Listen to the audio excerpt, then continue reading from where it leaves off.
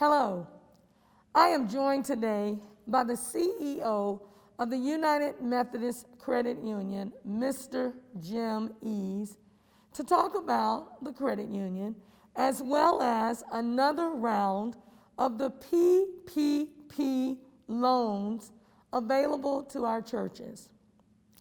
Jim, first of all, I want to thank you for your work and as well as the credit union staff for all of the work that you all do, not only for the Virginia conference, but for the entire connection at this very, very critical time. The first thing that I would like for you to share is, can you tell us a little bit about the credit union? Sure. Thank you for having me today. The first thing I guess I'd like to address is the fact that a lot of Methodists don't even know we have a credit union. And the most often question I hear about when last time we had physical annual conferences, no matter where I'm at, is people see our booth, they say, I didn't know we had a credit union. Yes. Well, the fact is we've been around since 3 years before I was born. So we've been around a long time. And we were started as a pastor's credit union because at the time, the pastors were, and still are, an itinerant ministry model. And so they moved around a lot. They almost never owned a home. And they had relatively low paying jobs. So they had trouble getting credit and banking services. So a number of Methodist credit unions were started, including the one here in Virginia. We've since grown to serve Virginia, both North Carolina conferences, West Virginia, North Carolina. And I would say we still primarily serve pastors and churches. We also serve church staff, Methodist affiliated organizations, Methodist colleges and universities, and laity as well, as long as they're members in good standing of the United Methodist Church. And as of today, we have somewhere north of 3,000 members. We love helping churches and we love helping pastors. So that's kind of why I'm here today. That's good. And I want everybody to know that I am a member of our credit union. First of all, in 2020, the United Methodist Credit Union, located here in Glen Allen, was able to assist in 123 loans for churches across the Virginia, North Carolina, and West Virginia conferences for a wonderful total of $4 million through the Paycheck Protection Program known as the PPP. What did it mean to you and the mission of the credit union to assist our churches and ministries in this way? Well, it means a lot to me personally. I talk to churches almost every day, whether it's the pastors, it's their treasurers, it's some lay leader, but I talk to them a lot. And what I found is as soon as the COVID pandemic started, I picked up a very distinct feeling. And that feeling is that while a lot of churches were getting by, yes, and some churches were even doing a little bit better, but many were not just hurting, they were giving up ministry and mission initiatives that they'd been involved with for many years, and in order to get by, they were sacrificing some of those opportunities, and which is unfortunate because all of us are called one way or another to service of the church, and to see them give up daycare programs or yes, or mission opportunities or really anything, youth programs, youth pastors, other staff people that were becoming a strain on the budget were giving us down. That's, was a kind of difficult pill to swallow. So when the Paycheck Protection Program came along, and for the very first time in its history, the SBA included nonprofits, including churches, in that program, I knew it was a huge opportunity. Okay, and a huge opportunity for the credit union to invest in.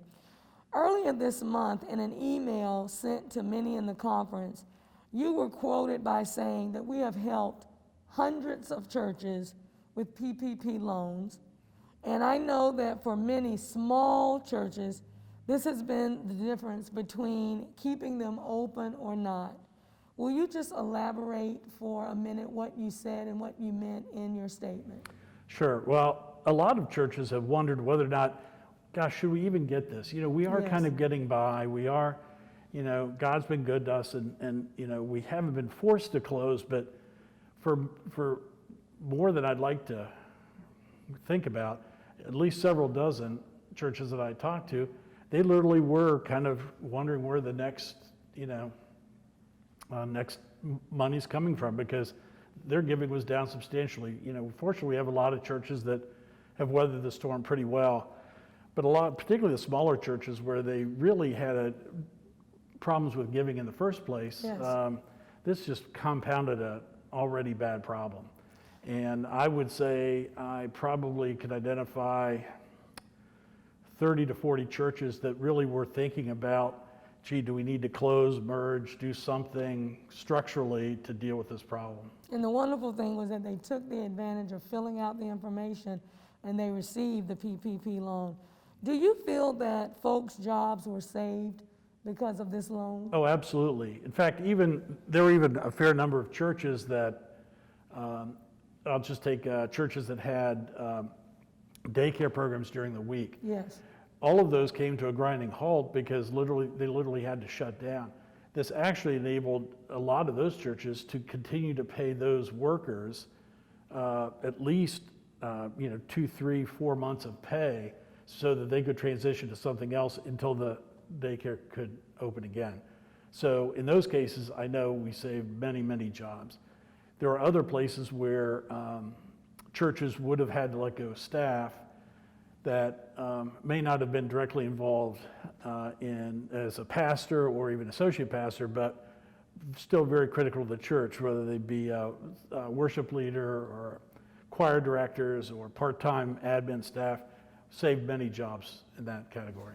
And just like you mentioned, not only did the PPP loan save many jobs, I do know that there are many ministries that are now functioning that probably would have stopped operation without this loan as well. Can you share a little bit about your knowledge of that? Sure. Our services, the credit union generally, and PP as well, is that Methodist-related organizations can utilize us. We have, can't really name names, but we help several organizations that were either social service related or some that were Methodist camps, helped a couple of Methodist camps. Mm-hmm. We helped some Christian counseling practices that pretty much had to shut down because they could have no in-person contact. So I would say, in addition to the churches, we probably helped, I would say, maybe 75 to 100 of those organizations. Oh, that's wonderful. Let me also say, and another reason why we're here today, and this is exciting, it is important for our churches to know that the Small Business Association, known as the SB as in Business Association, Paycheck Protection Program, the PPP, is offering what we know now, another round of funding for our churches to take advantage of this. When is the deadline, first of all, and who is eligible? Well, right now, the latest deadline is March 31st. Okay. In the past, in the first round of funding, that deadline was extended twice. Don't know whether that will happen this time or not, but it's not a difficult process. So really any church organizations interested can do it very quickly, and there's really no reason to miss that deadline. Okay. There's also, just was informed today, the SBA has decided to, beginning Wednesday, there's going to be a 2-week period that the only applications are going to process are employers of 20 employees or smaller. Okay. So for once, probably in our lifetime, the biggest players are going to have to take a back seat to the smaller players. Right. So, and they will probably be processing those very rapidly. So I would encourage anybody interested that this next 2 weeks is a prime time to do that. So I think we should say that really it's our small churches, and I know all of our churches, not just our small, but our small churches can once again really capitalize on the PPP loan, this new round again. Yes. Let me also ask you this question. How much can they apply for, and what is included in compensation? Sure. It shouldn't be very confusing, but it is. If you've done a tax return in your life, you know how confusing government regulations are, so then this is no different. But it's really pretty simple. All a church organization has to do is determine what its compensation is, average monthly compensation. So they look at an entire year, it could be either 2019 or 2020, Okay, add up all the compensation expense, and I'll get to what's included in a minute. They divide by 12, and that's their average monthly compensation. Now, included in that number that's kind of unique to churches is the housing allowance. Many Okay. churches have a housing allowance for their pastors. that's correct. That's includable in compensation, because it really is compensation. Also included are pension payments, also included are health payments, really anything that's paid to any pastor or staff person that's part of their employment. So any of those expenses are includable, and that number, once it's derived, average monthly compensation, let's just say for an example that all that compensation of all the staff for a single month adds up to $10,000. The amount that you apply for is 2.5 times that number. So Okay. a $10,000 monthly compensation would be a $25,000 PPP loan.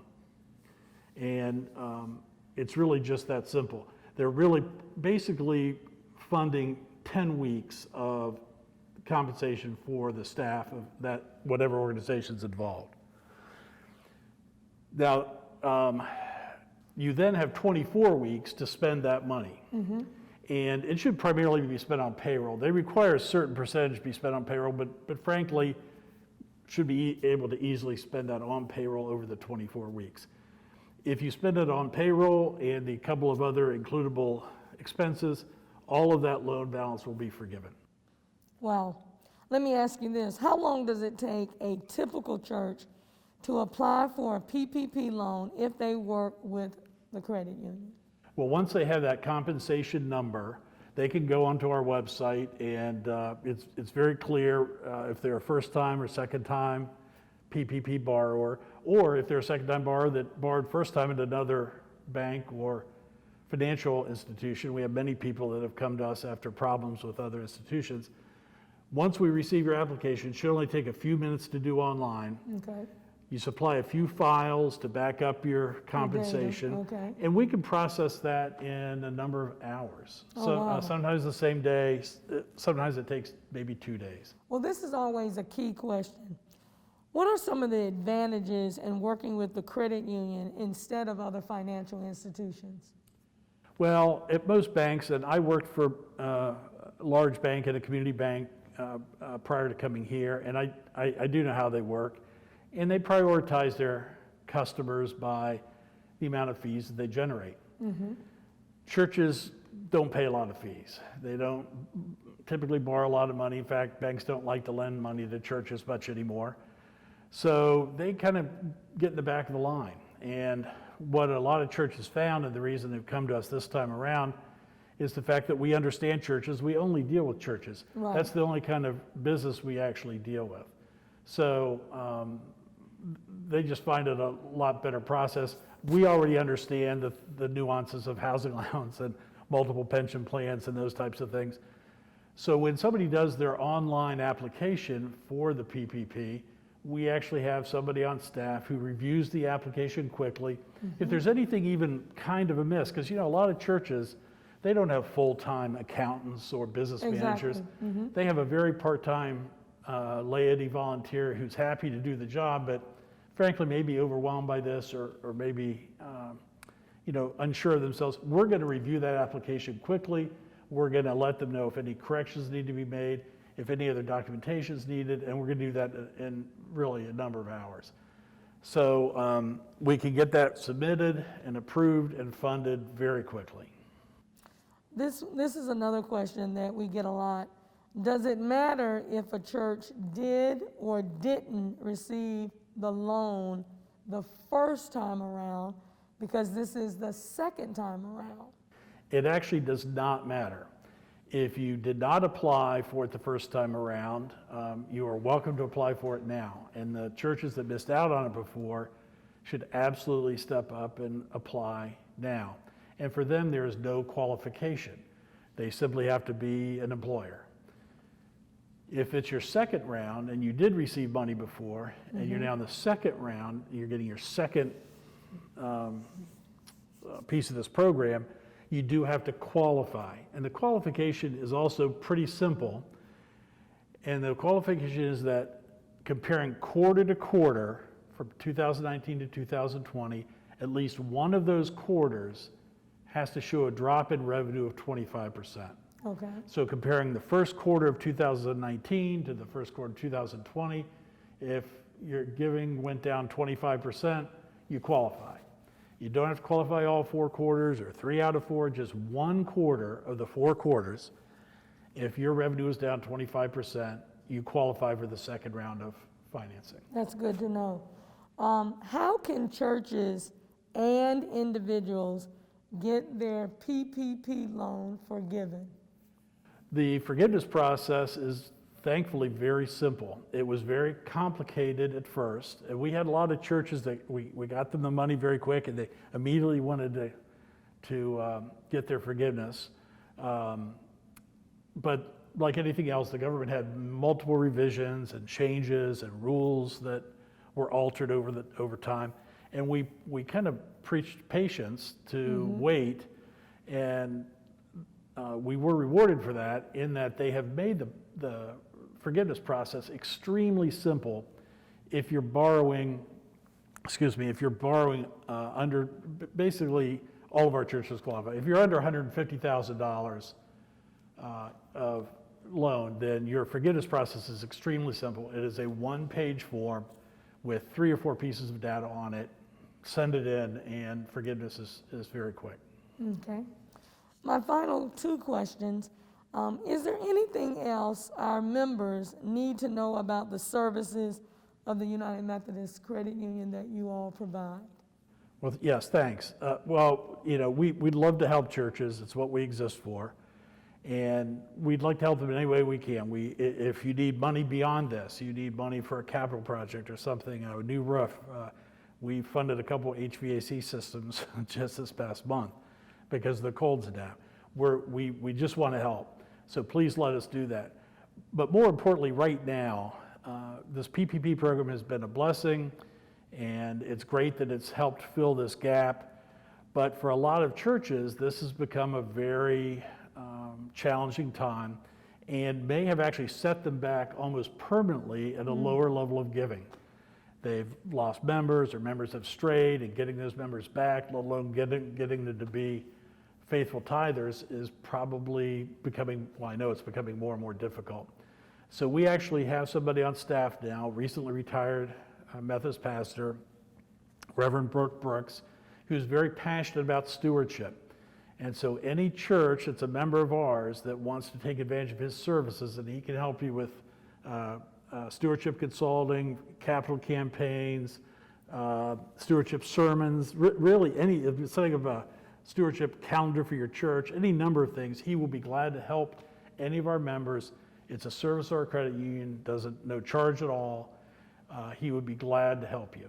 So I would encourage people to let us know if they would like that kind of assistance. We'd be glad to help them with that. Okay.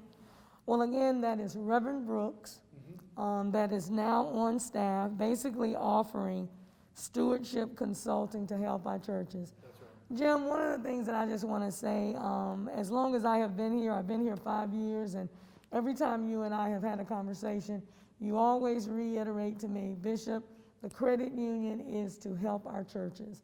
Help our churches, help our clergy, help our laity.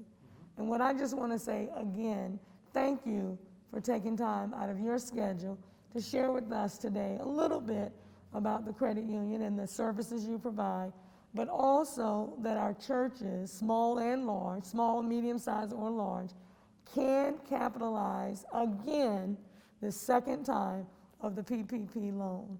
So again, Jim, thank you for your work. Thank you for your staff, and also thank you for your board as well. Thank you, and thank you for having me. And anybody that feels they would like more information or want to talk individually, you can call me directly. We only have one phone number at the credit union. We don't have a phone tree. So when you call in, just ask for Jim. They'll connect me and we'll talk. Can you give us that number? Yeah, 804-672-0200. Give it to us again. 804-672-0200. All right. Thank you. Thank you.